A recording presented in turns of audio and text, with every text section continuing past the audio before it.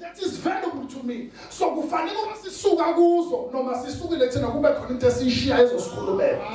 Ekuzothi noma esecomplain uMatha ethi uyambuka nje uMaria uhleli mina ngibhizi athi inkinga yakho ubhizi kanti bawungabona ukuthi sekunenyawo ekhona efuna ushiya into ethile kuzo.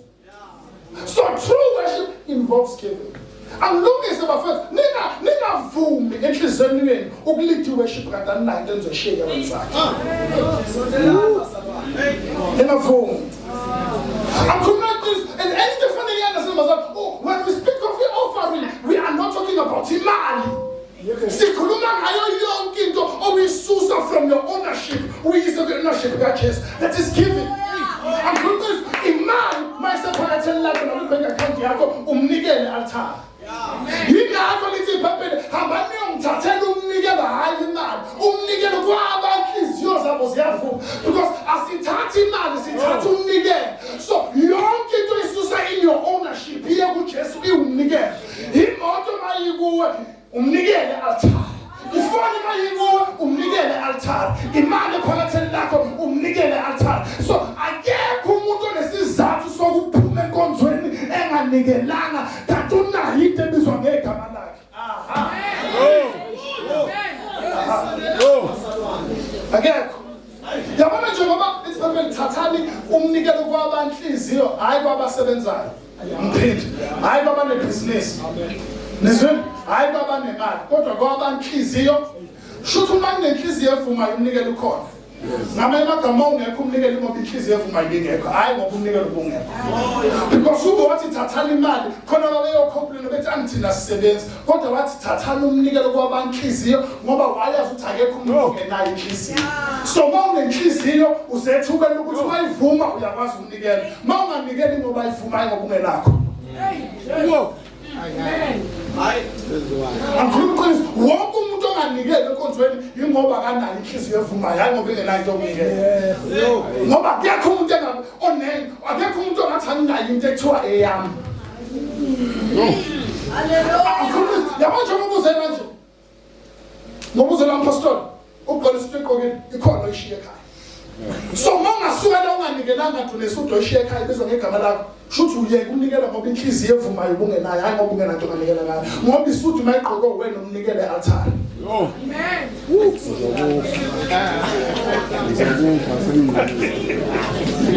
Pastor, ngoba ungenayo pheye thathu lezi 1 awunasizathu sokuphuma esontweni unganikelanga. Ngoba mawuphuma ekhaya imali ungenayo unasi thathu bekufanele uyithathe uyifake ebhuthini. Mase kunikela ubeke sona ngoba into nayo. Into edala ukuthi unganikeli ngoba uthi manje hayi ngoba imali ungena hayi ngoba umnikelo ungenayo ingoba unayo inhliziyo evumayo. La kunenhliziyo evumayo khona umnikelo. La umnikelo ungekho khona ngoba inhliziyo evumayo ayikho. Angikhuluma iqiniso wonke umuntu ozophuma kule ndlela enganikelanga ngoba akanayo inhliziyo evumayo hayi ngoba engenanto enganikelanga. Hayi. Amen. Hayi. Yo. Aw Jesu. Angikhuluma yabona nje umuntu ephansi uthi imali onayo kodwa ubugqokile washuthi unanto enganikelanga.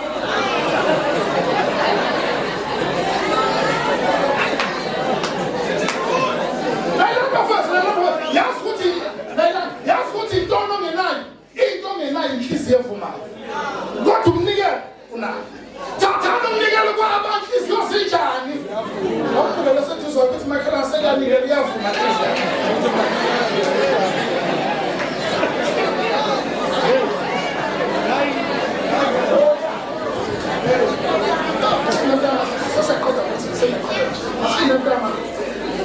Hey! I'm just going to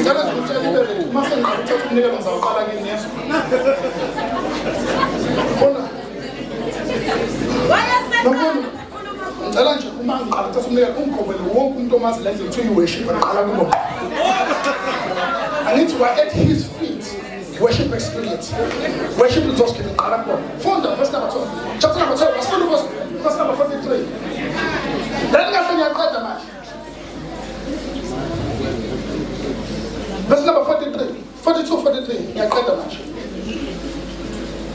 Okay, 41. I'm sorry, 41.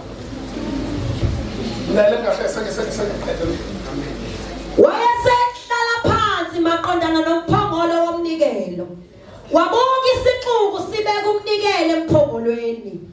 Abaningi abacebileyo babeka kakhulu. Wayesehlala phansi maqondana nomphongolo womnikelo. And ngizawumela namhlanje uJesu ngizawuthatha nje isihlalo omhlalelana. Ngizawumela namhlanje. Vele manje kusho njalo mayihlabela ethi ungithumekile nami ungithumekile ukuthi ngizombukela umnikelo wakhe. Ngizohlala kanje duze nomphongolo. Wahlala wasenze njani sifunda? Wabuka isixuku sibeka umnikelo emphongolweni. Yebo. Abaningi abacebileyo babeka kakhulu. Lizwele kuthiwa abangakanani bazalwane? Abanjani? Kanjani? Hayi cha nimlayeli beqhubeka sisi. Kwase kufika umfelokazi oMpofu. Wabeka amafidingi. Layelana abafikanga yellow ball nomfelokazi. Makuthiwa uMpofu akushiwo yellow ball. Senazi abamnyama njengami benganikeli. Makuthiwa uMpofu kushiwo uphuwa. Wenza kanjani ke lo asithi ke wayehlupheka ukuze bezokathi nokuthi uMpofu othatha ukhuluma ngawo uMpofu. Funda. Kwase kufika umfelokazi ohluphekayo. Yebo. Wabeka amafadingi amaningi okuyisitebela. Yeah. Wayesebabiza abafundi bakhe wathi kubo. Phela uthelo wesifazane uma eqeda nje ukwabeka wesibabiza uJesu wathozana. Lezo bafundi bakhe sona la. La wathini ku. Ngiqinisile ngithi kini lo mfelokazi oMpofu ubekile kakhulu kunabo bonke ababeke emphongolweni. Nizweni kuthiwa lo mfelokazi oMpofu wenze njani? Ubekile kakhulu kunabo bonke ababeke kuphi? Nasike isizathu sokuthi uJesu asho njalo. 44. Ngokuba bonke babeka ngokuchichimeleyo kwabo. Kepha yena ebuphofuni bakhe noma ehluphekeni kwakhe ubeke konke anakho konke abephila ngakho. Lalela bafethu fanele sifunde kahle eBhayibhelini. Alisho nje iBhayibheli ukuthi ubeke konke anakho. Lithi ubeke konke anakho konke abengaphila ngakho. So ngamanye amagama uthe mayesebona uJesu wayesethi ke Jesu yonke into ebengaphila ngayo mase kukhona wena ngizoyinika wena mase ngiphila ngawe. Akabekanga konke anakho. Safaka ama-high heel amnyama kodwa lakho la 2000 lela lo 300. Kodwa sobabi basasinikela sifonyo 20 rand.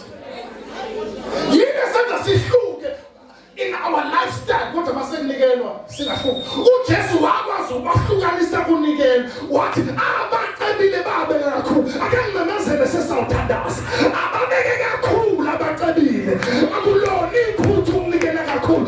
UJesu akakwazi ukubona kunikela ukuthi lo uyasebenza lo une-payslip lo une-business abone makunikela awungafonyoza u-20 rand usebenze njengomuntu ongasebenzi.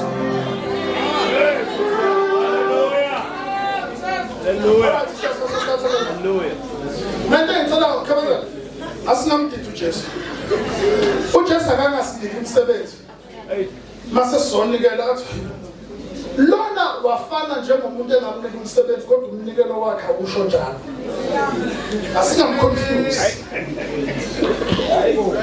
Akhulume iqiniso baba. Akhulume iqiniso.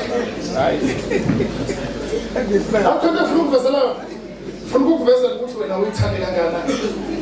Yabona njengoba uhola une-payslip i-15 ishayile uholile. Kodwa njengoba sesizonikela manje unengane efunda isikole ezobe phethe 20 rand njengawe.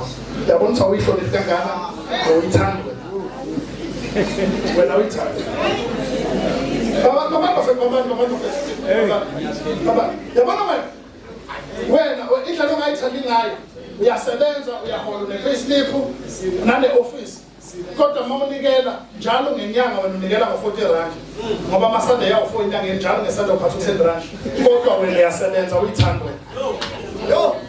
Kodwa wena uma ungaba sedrobheni ulambe awuhesitate ukuyongena ePetros usebenzisa u-200 ongawuplananga. Kodwa uma sezonikela unikela ngo-10 rand every Sunday.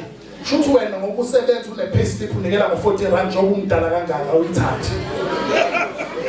Konje uswenkile ugqoke nesuti ufake ne-weave ne-makeup kodwa uzonikela ngo-20 rand. Shuthi njalo wena ngenyanga unikela ngo-80 rand umdala kanje. Kodwa every week uthenga idatha la-150 awuyithandi. Uthenga idatha lokuyohleba ngo-100 rand awuyithandi.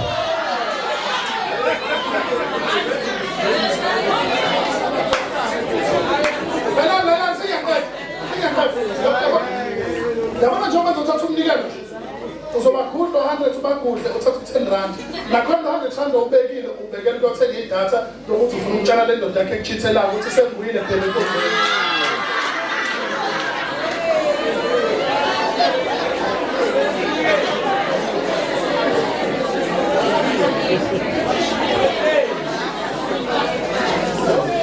Alright. Sengqophile siyanikela manje. uJesu babani bafethu baba sisanikela uJesu wababona emnikelweni ukuthi abacebile. Yazi ngithanda ngenza ufuna mase uzonikela ungasheshi. Qalaza lo maziyo usuke naku ukuthi akasebenzi mayiphethe 50 rand ushintshe wena. Ukhiphe 200 ngeke unikele nje umuntu ongasebenzi usebenza. Yafana kushintsha. uJesu bafethu akakwazi ukusibona akasihlukanisa emnikelweni. So there's a reason to sizawunikela manje. Bemsobezo sawunikela. Akasibona senjani? Sinikela. Abacelile babe kakhulu. Angisize labanye abathi ke thina sihlebise njani. Lo wesifazane akumvimbanga ukunikela noma abacelile sebebekile. Ngaphinda bazolwana. Babona ngapha athi ngizonke imali ngizoyiqaqe ngiqoqe ngani. Ngiyilandela futhi ngami. Amen. Angikhulumi iqiniso bafethu. Nongenayo akumvimbanga ukuthi anikele. Ngoba bacele sebebeke kakhulu. Okay bazalwane. Kufanele ukuphathe kabi nje uma umzali unengane, ingane yakhe iyonikela ngo-20 rand, kanti beka imali yokukhela nawe usukume no-20 rand. Kufanele ukuphathe kabi nje. Siyanikela manje. Cela sonke simelini.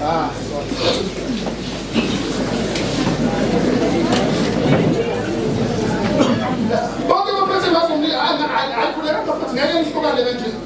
Sisa umuntu oyedwa nje hlala phansi abanye ukuthi sisinomkhulu ufuna ukume eduze kwawo kodwa ngizothatha hamba phansi uzoma nje oyedwa.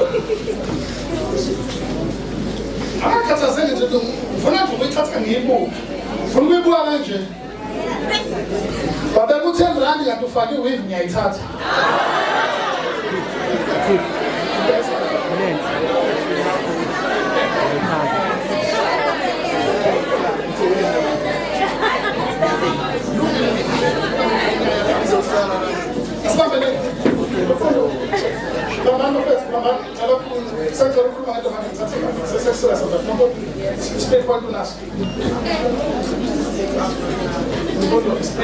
Unaso thina abantu abaphansi ko-FNB wokukhetheka sibaphathi senjani iyongena kusasa leyo mali iyongena ngomsombuluko leyo mali kodwa sowenza ubani uphesha. Okay, angikhulume le nto le siyacela nje bafundisi apostoli nesho mhlawumbe sodwa speed point isikole bafundisi apostoli sicela ube ne-speed point esonweni akusona isono ube ne-speed point njengoba nje sikwazi ukuthenga i-Capricorn Fair ku-speed point nasesontweni kurathi kuba naso. Yazi why apostoli ngeke nje makuthiwa ngizolela ngo-10,000 ukubamba cash sekunegebengu so imali sehlala emakhadini. So ngicela bafundisi wonke umuntu ongesonto la ekhaya ngicela nibe ne-speed point emasontweni. Niyekela abantu abalokhu bethu sekunikelwa kwi-speed point kodwa amabhizi bathenga kuzo le madolobheni. Ngicela esontweni kube ne-speed point.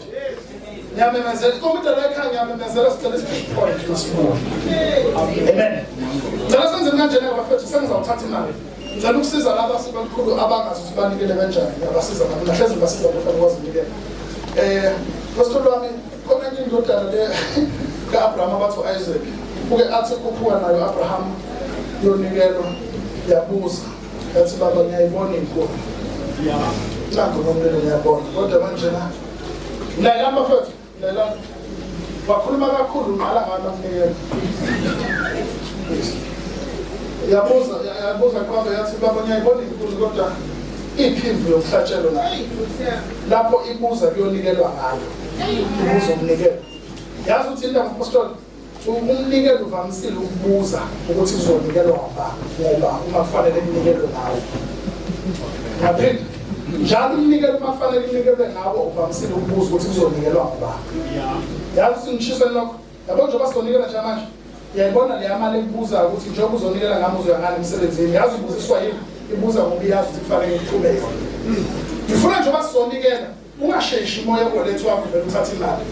Uqala uthule kuqala uyilalele ukuthi izokhuluma. Le ekhulumayo uthatha yona, le ethuliyeke. Wena uvamisele njalo uthatha u10 rand, lo 10 rand bayithulele nje. Uyeke lo 200 obuza ukuthi ithini le bus uzolithena ngani. Uvamisile umnikelo makufanele kuphume wona ukubuza ukuthi izophuma bani. Anginikele imali ekusuke kufanele kunikele ngayo ile buza ukuthi izonikelwa ngayiphi, yona lefanele kunikele. So ngizomnika ithuba nje, ngizomnika nje 10 seconds lokulalela imali oyiphethe. Le thule ngicela ungayithathi, njalo uthathe le nkulu bakho. Ngizwe ngithe le thule wenza njani? Sondezela inamba transfer ukuze sizasikaza transfer usondeza. Okay. Ngiyacela abafowethu, sabona nje kube lona. Number one, kufanele sazi bazalwane ukuthi more than ukuthi senze principle yombuso. Njengoba sinikela, kufanele sazi bazalwane ukuthi ekugcineni lo mnikelo uzosiza le mntwana. Amen. Noma ungeyena umuntu okhonzile umnikelo, ngicela usale usudabukela le yandane leya ukuthi ngabe le stress kusasa. Amen. Ngicela usale usuba nobuntu ke. Noma umzalwane wakho uxheka usale usuba nomuntu ngokunikela vela ukuthanda usale usuba nomuntu ukuthi kusami isize yabopha negonto kuleya isali yayo kusasa izobe inenkinga yokukhokhela izinto.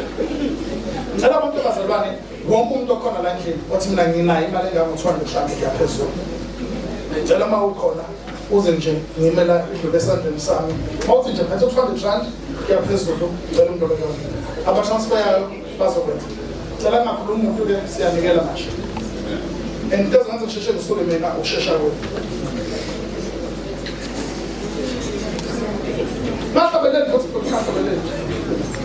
Usuza ukuthi ngisuke bafuna uphelele. Bayikukhala le mali ngicela. Wonke umuntu ophethe imali engango-200 rand.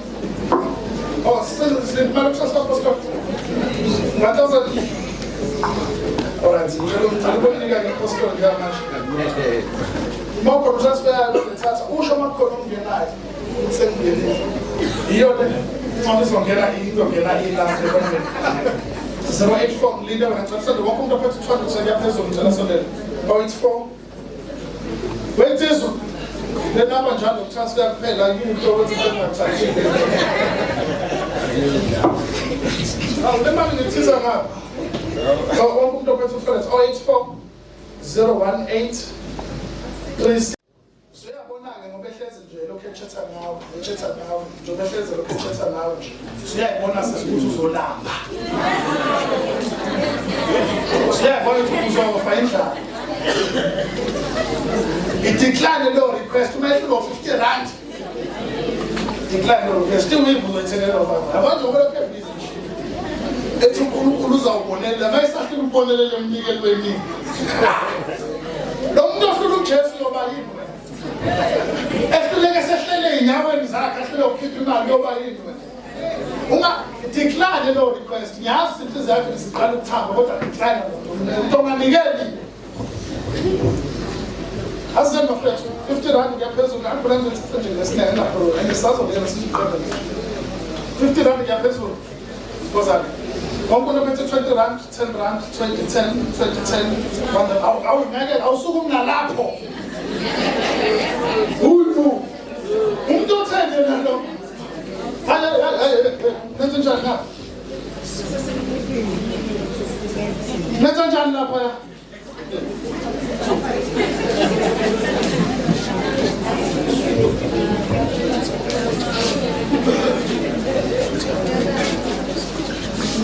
Aneshoba futhi ufike late kule 200 ngawubona ngaphela ngiyasho ngiyabona 100 hawu ngiyasho ukuthi bungeke mfethu hawu ufuna sinyasho ukuthi na kule 200 ngifike late ngifike 100 ngiyabona ayise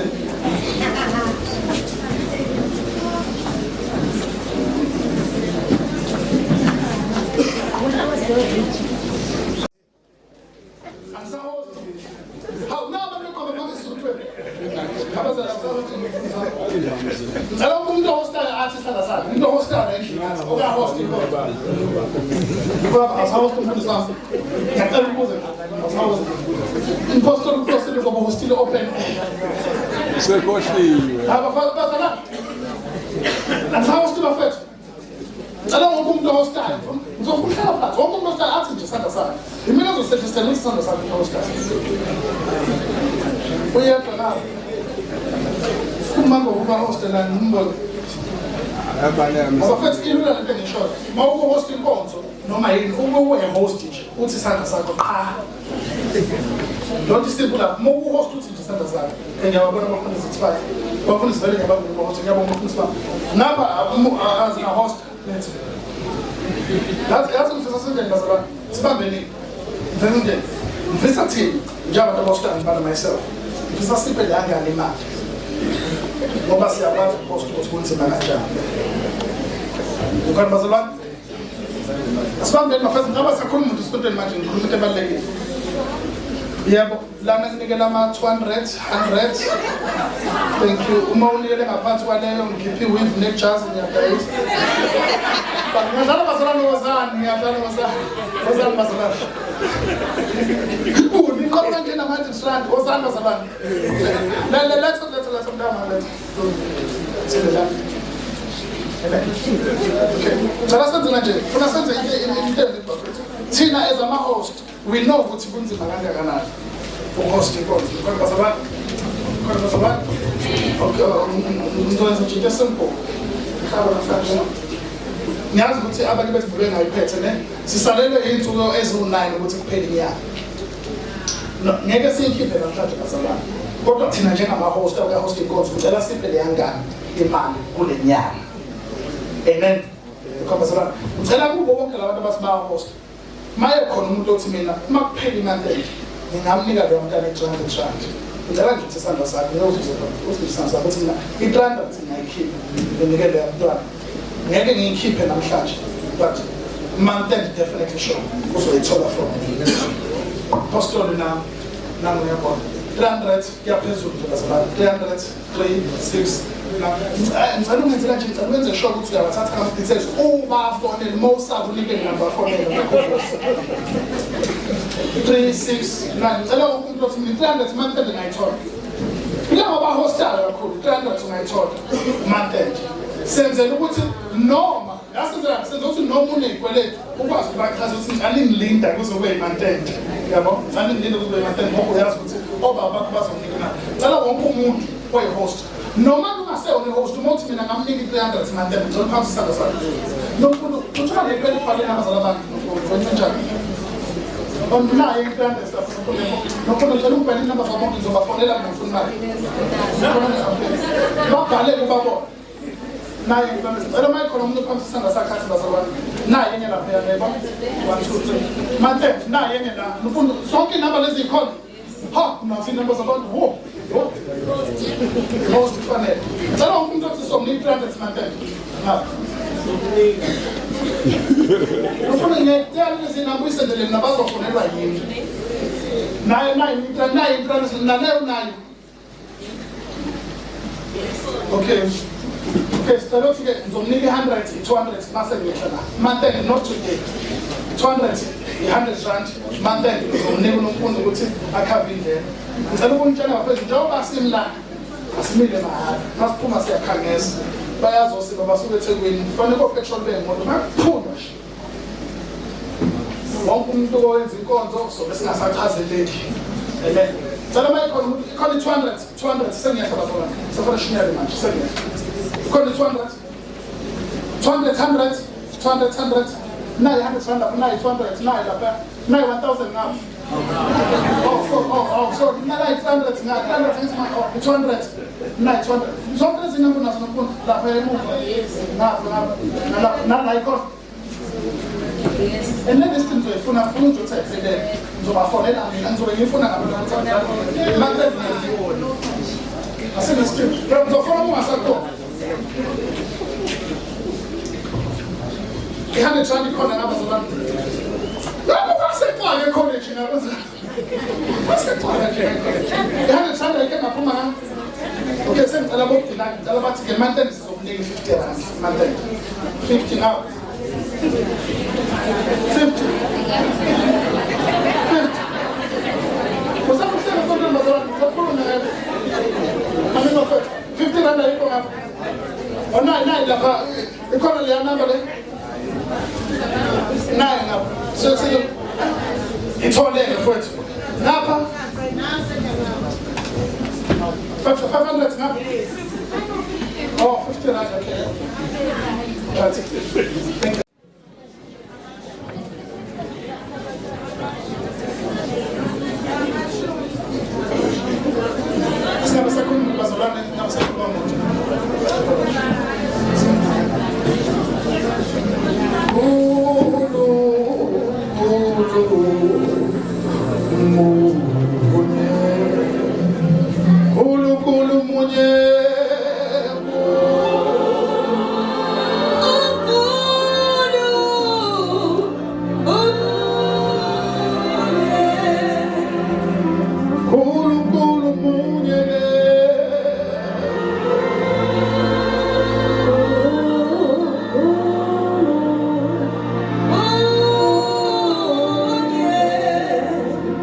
Father, we thank you.